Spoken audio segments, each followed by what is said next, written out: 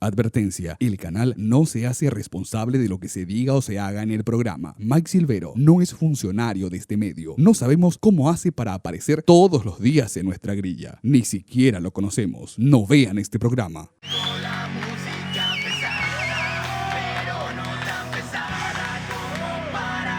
Muy buenas noches, bienvenidos a Silvero, el programa que se hace con el único objetivo de seguir diciendo lo que pensamos sin que nadie nos mande a la cárcel por eso. Vamos a seguir así, ¿verdad? Hoy queremos hablar de lo que está pasando en Cuba. Cuba, a mí me trae buenos recuerdos Cuba, porque bueno, yo nunca estuve en la isla, pero como trabajé un año en Habana, en la cafetería, para mí es como si conociera Cuba como la palma de mi mano. Bueno, Cuba es noticia por las manifestaciones que se están produciendo ahora contra el gobierno de Miguel Díaz-Canel, que es el actual presidente después de que Fidel Castro dejara el poder a su hermano Raúl en el 2006 y que este hiciera lo mismo con Díaz-Canel en el 2018. Estas manifestaciones contra el gobierno son las mayores manifestaciones en los últimos años, desde que en 1994 se produjo algo llamado el Maleconazo, todavía con Fidel en ese momento en el poder, y están suponiendo que el gobierno reaccione de una manera y de una forma muy agresiva. Se contabiliza hasta ahora un muerto y cientos de detenidos, pero la información en Cuba es difícil de corroborar.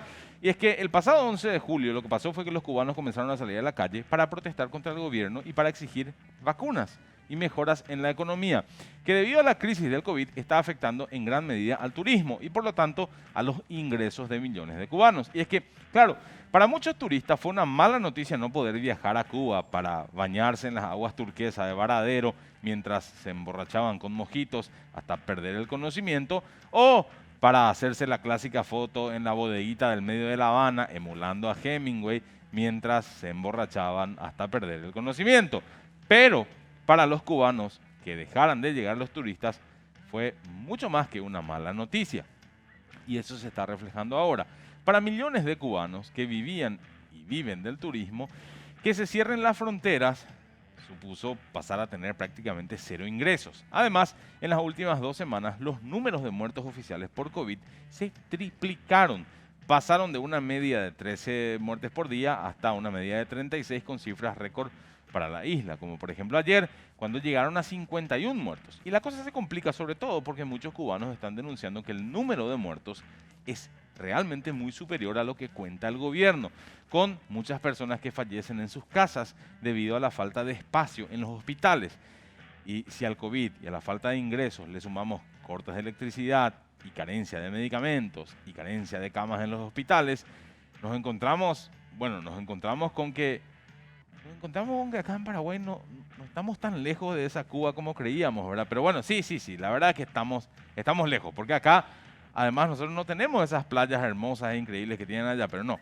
Volviendo a la seriedad, nos encontramos lejos porque en Cuba, además de todo esto, tienen el pequeño e insignificante detalle de vivir en una dictadura, con medios de comunicación controlados por el gobierno, con represión continua a los disidentes y con una libertad de expresión, de prensa y de reunión prácticamente inexistentes. Y además, a todo esto le podemos sumar que ahora mismo los cubanos están teniendo grandes dificultades para acceder a la canasta básica de alimentos. En estos días se podían ver largas colas para poder conseguir productos como pollo, aceite o jabón. Y todo esto no es nuevo. Claro, en Cuba siempre existió una escasez de muchos productos debido a la gestión económica del gobierno y debido al bloqueo comercial que ejerce Estados Unidos sobre Cuba desde el año 1960. Pero en esta ocasión la crisis económica está golpeando a la isla de forma mucho más potente que antes. Y bueno, todo esto junto, COVID, falta de vacunas, crisis económica, apagones, falta de acceso a los alimentos básicos, cortes de electricidad, represión, hicieron que en las ciudades de San Antonio de los Baños, que es cerca de La Habana, y en Palma Soriano, que es cerca de Santiago, otra ciudad importante, mucha gente decidiera hacer algo que muchos no habían hecho en toda su vida: salir a la calle a protestar contra su gobierno. Y a diferencia de las manifestaciones del 94, ahora existe algo que antes no existía en Cuba: Internet. Así que las redes sociales hicieron que la mecha prendiera y que lo que en principio era una protesta por los cortes de electricidad y por la vacunación se acabó convirtiendo en manifestaciones por todo el país pidiendo una sola cosa: libertad. ¿Y qué es lo que hizo su gobierno? ¿Escucharles acaso? ¿Comprender las motivaciones de la población? Más bien no. Más bien lo que hizo el presidente Díaz-Canel fue culpar a Estados Unidos y animar a sus fieles a salir a las calles a enfrentarse a los manifestantes en un ejercicio de irresponsabilidad absoluta, bajo la consigna castrista de la calle es de los revolucionarios. Es decir, los que estén a favor mío, que salgan a la calle y los demás, calladitos en sus casas. Bueno, en realidad dijo un poco más que eso, porque llamó a los manifestantes delincuentes y mercenarios y dijo textualmente: el domingo es día de descanso de las familias y quisieron alterar la tranquilidad en medio de una pandemia. No es cruel, brutal, genocida. Ante ello han tenido la respuesta que merecían, como la han tenido en Venezuela. Uf. Lo normal, ¿verdad?, cuando sos el presidente de la dictadura más longeva del mundo. Y viste que la gente comienza a perder el miedo y a decir que lo que tuvo que callar durante 60 años. Bueno, si salir a protestar un domingo es brutal y genocida, no sé qué le parecerá esto que vamos a ver al señor Díaz-Canel. Tirando tiro. ¡Oye, no dispare, compadre! ¡No dispare a la gente, que somos mujeres la que hay ahí! El gobierno también utiliza a jóvenes que cumplen el servicio militar. Los envía vestidos de civil y armados con palos para contener las protestas. Y a la par, militares y policías golpean y detienen a opositores de forma arbitraria. Mira, represión. Mira. Además, desde el gobierno decidieron también atajar las protestas, cortando el acceso a las redes sociales de la isla para evitar la expansión de las protestas y de las consignas en su contra. Y es que en Cuba, Internet estuvo restringido durante muchísimo tiempo, sobre todo en la época de Fidel. Después su hermano Raúl comenzó una especie de apertura que facilitó el acceso a la red y hoy en día muchos utilizan Facebook, Instagram, Twitter o WhatsApp y muchos artistas utilizan estas redes y gracias a ellas se hizo muy popular este tema que se llama Patria y Vida, que está sirviendo de lema para las protestas como contrapunto de la consigna revolucionaria Patria o Muerte. Aquí vivimos con la incertidumbre del pasado plantado, 15 amigos puestos, listos para morirnos, izamos la bandera todavía, la represión del régimen al día. Ana Meli Ramos firme con su poesía, Omar Arrigustiola dándonos aliento de vida, rompieron nuestra puerta, violaron nuestro templo y el mundo está consciente de que el movimiento San Isidro continúa puesto. Y por otro lado, la prensa independiente también está sufriendo las consecuencias de cubrir las protestas contra el Estado. Por ejemplo, la periodista cubana Camila Acosta, que es cubana, pero es corresponsal en Cuba del diario ABC de España, fue detenida en La Habana el lunes por la mañana al salir de su casa. Su vivienda fue allanada y se llevaron su computadora, se llevaron numerosos documentos que tenía y el domingo ella había estado cubriendo e informando sobre las manifestaciones y ahora está en la cárcel, incomunicada y acusada de delitos contra la seguridad del Estado. ¿Por qué? Por grabar las protestas. Por esto se enfrenta a una pena que le podría suponer entre 6 hasta 6 años de cárcel. Bueno, así está la cosa, así está la situación ahora mismo en Cuba. Represión, una población enfrentada, la prensa amordazada, una situación sanitaria que tiende a empeorar y una crisis económica que puede terminar de golpear al régimen cubano. ¿Qué va a pasar? No tenemos ni la más pálida idea, pero deseamos de corazón que Cuba Libre sea algo más que una riquísima bebida. Así arranca esta edición de Silvero. Venimos con las noticias enseguida. Con la fibra óptica de Personal tenés el doble de velocidad por solo 100.000 guaraníes. Pedí ahora al 0971-100.000 o ingresá a www.personal.com.py. Este es el momento del triple. La misma mayoría que consolidó a Óscar Cachito Salomón como titular del Congreso y salvó de la expulsión a 3 legisladores procesados, hoy designó a Pedro Santa Cruz como representante del Senado ante el Consejo de la Magistratura. El parlamentario es autor, por cierto, del proyecto de ley que despenalizaba las invasiones. Con 31 votos a favor de Pedro Santa Cruz contra 4 por Enrique Riera, 4 abstenciones y 6 ausencias, el legislador del Partido Democrático Progresista fue electo este jueves como representante de la Cámara de Senadores ante el Consejo de la Magistratura, en reemplazo de Ancho Ramírez. El colega propuesto jamás pisó los tribunales. Lo conozco y él a mí, pero quiero comprobar una vez más el religioso pacto que se viene cumpliendo. Algunos se abstienen porque soy colorado y otros cumplen religiosamente el pacto. Esto lamentó Enrique Riera tras los resultados de la votación. Posteriormente propuso su candidatura como suplente. Hoy, por cierto, se tenía que estudiar un proyecto de ley de impulso económico, de inyección de plata de cerca de unos 360 millones de dólares. Pero a los legisladores les pareció más interesante esto, de poner ahora a Santa Cruz en el Consejo de la Magistratura mientras tengan los votos, claro, y mientras esté activo el pacto. Noticia número 2. Debido al acelerado ritmo de vacunación que ya se registra esta semana y que continuará en las próximas horas, el Gabinete Civil de la Presidencia y la Dirección de Vigilancia de la Salud no creen conveniente declarar feriado nacional para la inmunización este lunes 19 de julio. El jefe del Gabinete Civil de la Presidencia, el señor Hernán Uteman, ve muy difícil que este 19 de julio se declare feriado nacional, ya que si en un día laboral se llegó a un récord de 100.000 inmunizados, no se justificaría recurrir a esta medida con la cantidad de inmunológicos que quedarán para el día lunes. El proyecto presentado por Salud Pública plantea que el feriado nacional sea este lunes 19. Sin embargo, la Cámara de Diputados lo que hizo fue introducir modificaciones antes de su aprobación y el proyecto quedó redactado de la siguiente manera, a fin de que el Ejecutivo sea el que defina los días según la disponibilidad. En el artículo 1 se establece como feriado nacional en toda la República del Paraguay un día del mes de julio o agosto para facilitar la masiva vacunación contra el COVID-19, facultando al Poder Ejecutivo a disponer el día elegido para el feriado. Ojalá que nos pongan domingo, que es su feriado. El artículo número 2, declararse la libre vacunación de todos los ciudadanos paraguayos extranjeros a partir de los 18 años de edad, sin tener en consideración la terminación de las cédulas de identidad ni otro tipo de condiciones en el día del feriado nacional, o sea que todos se pueden vacunar.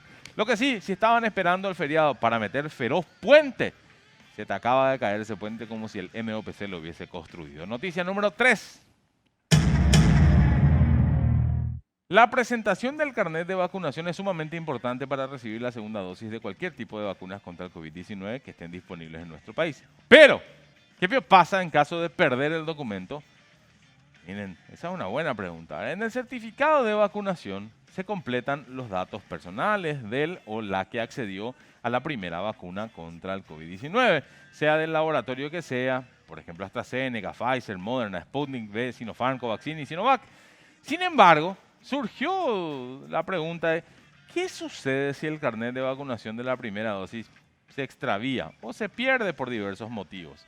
El doctor Héctor Castro, director del programa ampliado de inmunizaciones, respondió que la persona afectada puede enviar un correo a consultasvacunate@mspbs.gov.py para solicitar la reimpresión de los datos.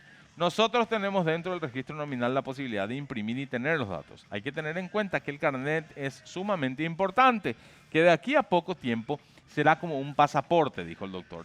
Esto fue una entrevista en el programa Una Noche a Mil, ¿verdad? Creo que de C9N. Explicó que en el correo debe ir el lote, la fecha en la que se recibió la primera dosis, además los otros datos. ¿Quién sabe el lote? Luego hay que acercarse al vacunatorio para recibir la segunda dosis cuando sea el tiempo y eso se carga de forma completa. O sea, por las dudas, cuando te vacunas, sacale una fotito a tu certificado y envíale a alguien. Envíale a alguien, así ya van a ver 3 documentos respaldatorios. Y por las dudas, si tenés problemas de memoria, Granagard es un producto muy útil para eso. Bueno, ya que estamos, a nosotros nos pagan el sueldo. Bueno, venimos enseguida con el último bloque del programa.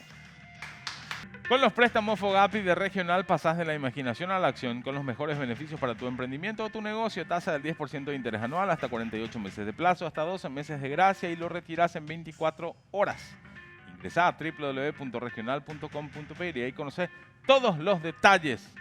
Porque en Regional creemos en vos. Este es el tercer bloque. Este es un espacio en donde nos damos un respiro a criticarnos a nosotros mismos a nivel local y vemos como consuelo de tontos que somos, que en todo el mundo nomás luego pasan cosas boludas. Y mejor si es en el primer mundo. Esto es Obvio Primer Mundo. Hoy vamos a ir hasta Bulgaria, que bueno, tan primer mundo ni no es, ¿verdad? Pero esperen. En una fábrica en la ciudad de Plovdiv, que es tipo la Luque de Bulgaria, laburaban los empleados del taller en el que se elaboran aceites. Resulta que está cerquita de un aeródromo militar y ese dato es relevante porque estaban trabajando ahí los Stoikov, eso del 11 de mayo pasado, cuando a eso de la 1:30 de la tarde, ¡pam! Incursión militar. Sí, un grupo de militares armados con ametralladoras y fusiles automáticos saltó la valla y entró al taller provocando que los empleados se caguen hasta las patas, ¿verdad? Y si no me creen, vean el video. Vean el video.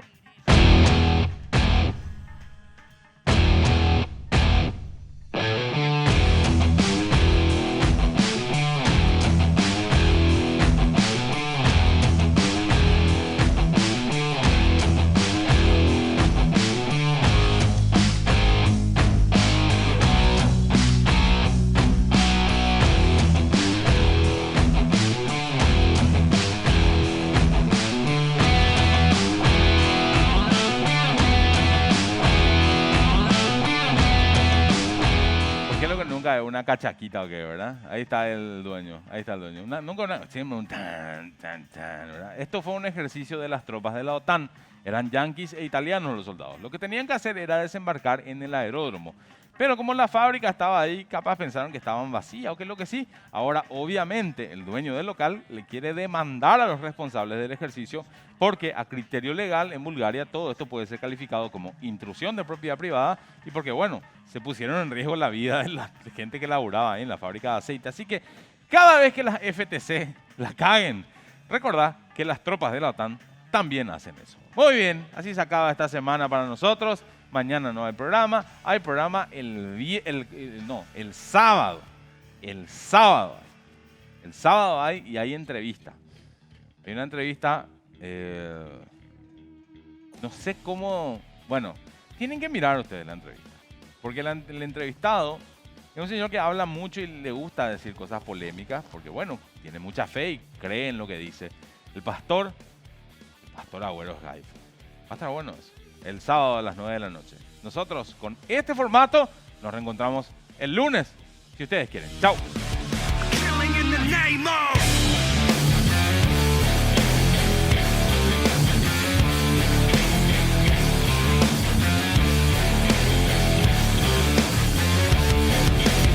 Some of those that work forces are the same that burn crosses.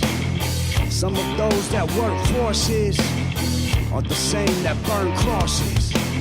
Some of those that work forces are the same that burn crosses. Some of those that work forces are the same that burn crosses.